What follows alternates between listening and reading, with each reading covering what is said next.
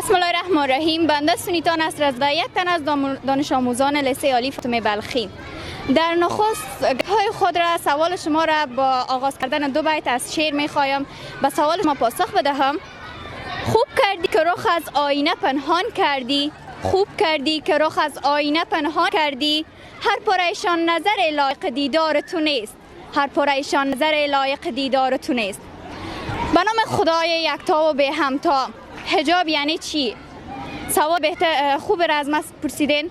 در قدم نخست حجاب اول باید یک تعریف داشته باشیم. حجاب عبارت از پرده ای است به معنای پوشاندن تمام عضو بدن یک زن مسلمان، یک خواهر مسلمان می باشد.